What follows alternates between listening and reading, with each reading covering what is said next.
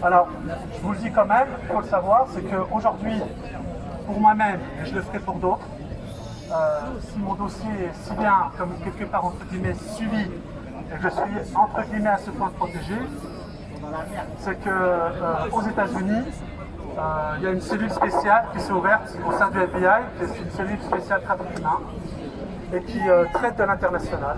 Là, il est là. Qui ne s'occupe pas de votre couleur de peau, de votre religion, de votre nationalité.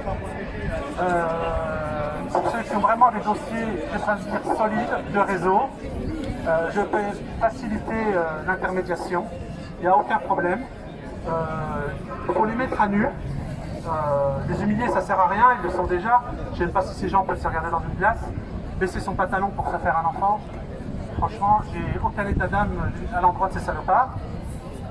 Donc j'insiste sur le fait qu'à chaque fois, ils prennent en étau les parents victimes, les parents plaignants.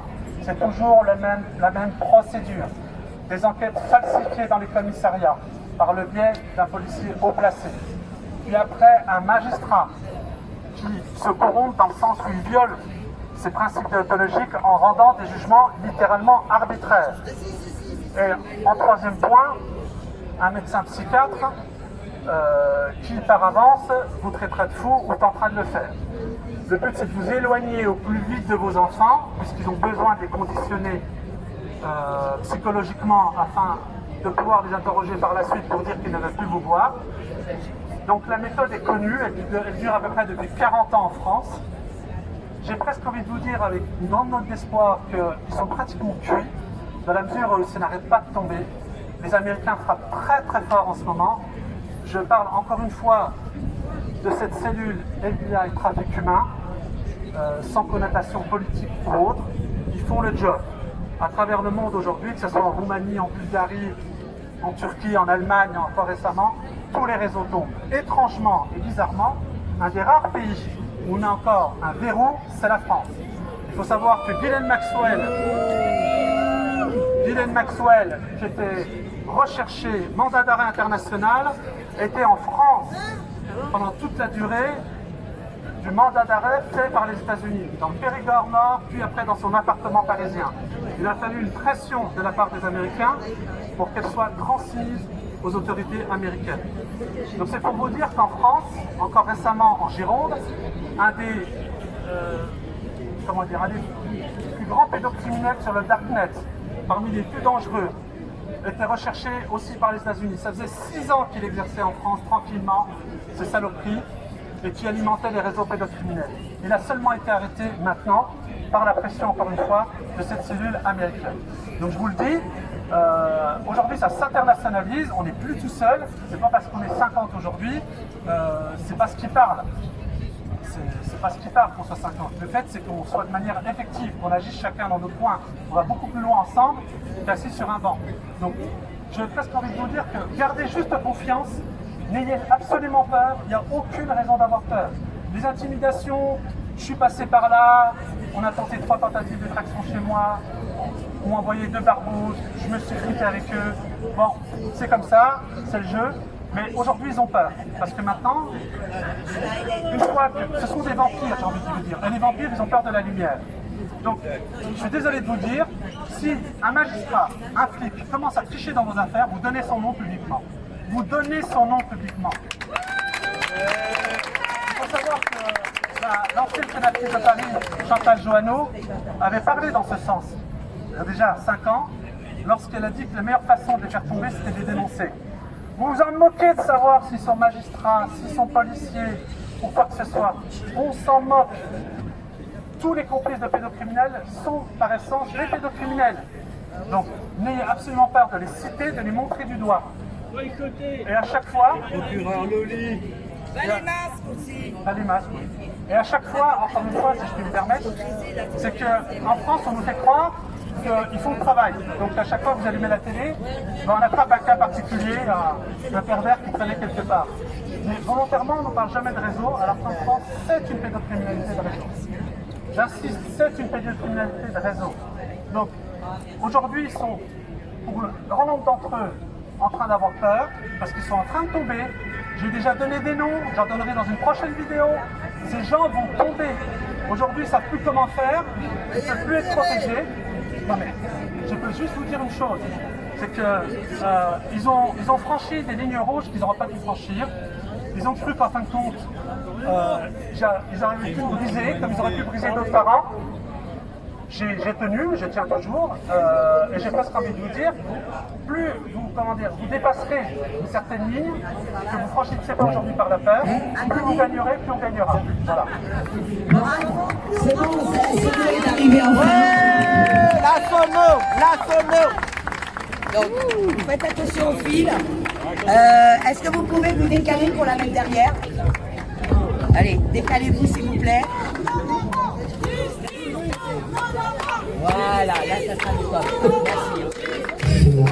Faites attention à la fenêtre. Pour nos enfants, justice pour nos enfants, justice pour nos enfants. Salut, salut. Justice pour nos enfants, justice pour nos enfants, justice pour nos enfants.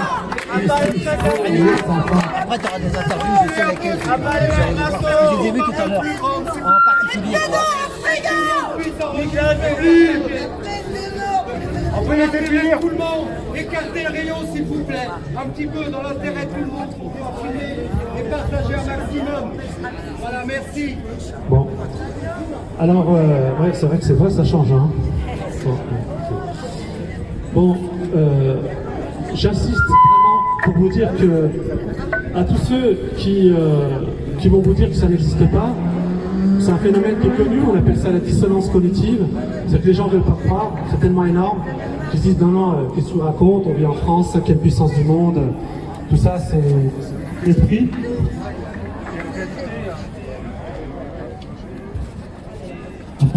Ouais. Et en réalité, ça existe bel et bien.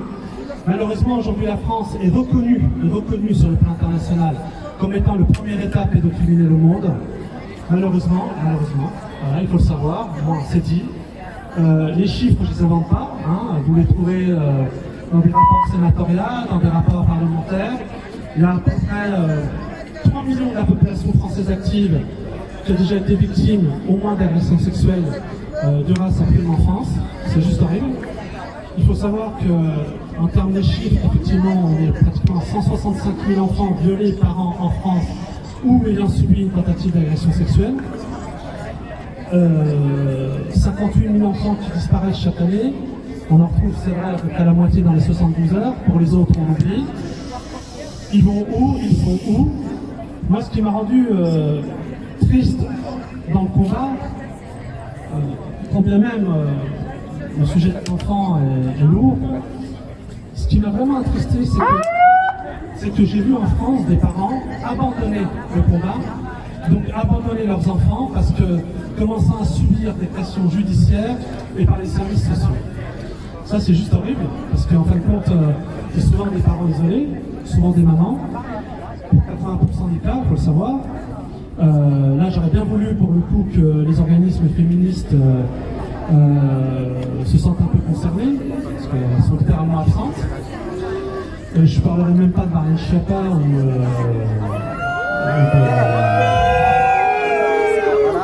de toute la bande. En tout cas, ils savent une chose, c'est que pour ma part, moi je peux parler à titre personnel, je suis absolument pas peur. J'irai jusqu'au bout. Je suis prêt à soutenir tous les parents dont les enfants sont victimes. Il n'y a aucun problème pour ça, je vous l'ai dit. Je suis prêt à faire l'intermédiation avec des pays étrangers qui sont en train de lutter contre ça.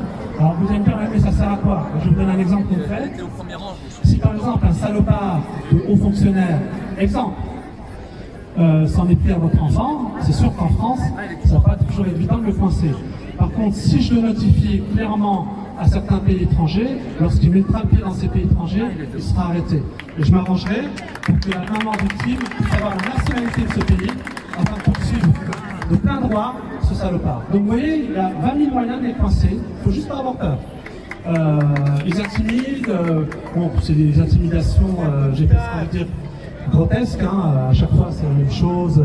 On casse la porte de votre porte, on vous envoie quelqu'un pour vous dire qu'il connaît votre nom et votre prénom, vous travaillez, où vous habitez. Ça mange pas de pain, on reste quand même dans un état de droit. Il y a une grande majorité de magistrats qui qui voudrait justement se débarrasser de cette poignée de magistrats pédos ou de soutien de pédos, je pense, vous imaginez, moi je pense qu'il n'y a pas beaucoup de magistrats qui ont été contents d'apprendre dès la Mounion. Une femme très courageuse justement que j'ai eu à connaître et qui se bat justement pour sauver ses enfants. Pareil, si je passe à voir, à chaque fois c'est des excuses bidons, donc ou la fusion avec l'enfant, vous n'êtes pas adapté au système. On se demandait qui n'est pas adapté au système, et quel système. Donc j'ai envie de vous dire que j'aurais pas la chance de toujours pouvoir vous parler comme ça. Certes, il y a des vidéos. Il faut être très concret parce qu'il y a des avocats qui sont prêts à nous aider, il y a des avocats qui sont prêts à agir. Il reste vraiment de l'humanité et de l'humanisme dans ce pays.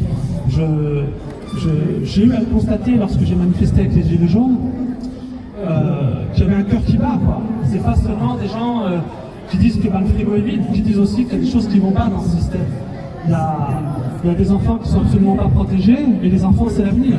Donc je comprends pas comment ce gouvernement peut se dire projeté vers l'avant, alors qu'il n'est pas capable de protéger ceux qui feront demain. Donc ça c'est quand même une question que je me pose, qui me paraît un peu naturelle et de bon sens. Pour le reste, je vous l'ai dit, je peux agir concrètement dans des domaines bien précis, avec des documents bien ficelés. Je peux donner éventuellement vos dossiers à la cellule FBI Trafic Humain. Je vous garantis que ça sera pris en charge, suivi. Ça, je m'en porte garant. Et là, vous allez voir qu'en face, ce n'est pas les troupillons qu'on a dans ce pays. C'est les gens qui ont les moyens, qui ont arrêté des réseaux colossaux, qui ont arrêté récemment, parce que j'ai pu le constater, un réseau entre l'Australie et les États-Unis où il y a eu 400 prédateurs sexuels qui ont été arrêtés. Un Français, un flic à Rouen, bizarrement qui s'est suicidé dans sa cellule, on ne lui a pas laissé le temps de parler. Voilà, il y a des accidents comme ça qui sont un peu bizarres. Je pourrais vous parler aussi de l'affaire Lelandais. C'est quand même assez étrange qu'on ait mis autant de moyens pour défendre un pédocriminel, parce qu'il était dans un réseau. Il faut savoir qu'il se passe souvent les mêmes choses. Je pense qu'il est arrivé, je pense que si je parlais avec tous les parents victimes, il y a des pièces qui disparaissent dans les dossiers judiciaires, à tout pas, souvent des pièces compromettantes et qui donnent raison à la partie plaignante. Dans l'affaire Lelandais, tout le monde a oublié que dans la première enquête qui a été faite et qui déterminait vraiment le réseau et qu'il était un pédocriminel, tout le dossier a été volé dans le commissariat de Grenoble, hein, et le soir on nous a dit que c'était un groupuscule d'extrême gauche. Ils ont ça à faire, les d'extrême gauche, quoi. Rentrer dans les commissariats en sifflant, puis quand un dossier est qu'un seul, le brûler sur place et repartir. Voilà où on en est en France. Mais vous voyez, c'est plein de choses qu'on oublie. Mais quand c'est mis but à bout, vous voyez qu'ils ont tout le temps la même pratique, la même méthode. C'est pour ça que n'ayez pas peur. On est en train de se constituer en groupe, en réseau. On est un peu partout en France. Moi j'ai des relais aussi à l'étranger. Je vous dis, je peux vous aider dans ce sens-là. Il n'y a aucun problème. J'agirai concrètement. Je ne peux pas faire du cas-par-cas. Il y a des avocats pour ça. J'en connais d'admirables. Moi qui est ici d'ailleurs, qui a mieux longtemps milité par rapport aux Gilets jaunes, David Demetine. Qui est un travail en cas. Mais je vous le dis, il ne faut pas qu'on se désolidarise. J'ai pas envie de dire, dans ce combat, il n'y a pas de gauche, il n'y a pas de droite, il n'y a pas de couleur, il n'y a pas de religion. Moi, j'ai vu récemment, après ma vidéo, il y a un petit subversif qui a dit des conneries sur moi, j'ai pas relevé. Parce que le combat, l'objectif, il est un. Comme disait Nietzsche, la vie, c'est un oui, un non, il n'y aura qu'un but. Le but, c'est de lutter contre la pédo et sauver tous les enfants. Voilà, le reste, ça ne m'intéresse pas. Voilà. Donc, je donne la parole à Mouna, puisqu'elle est présente, c'était une maman courageuse. Tu as déjà parlé. Bravo, Alain, en tout cas, et merci surtout à vous.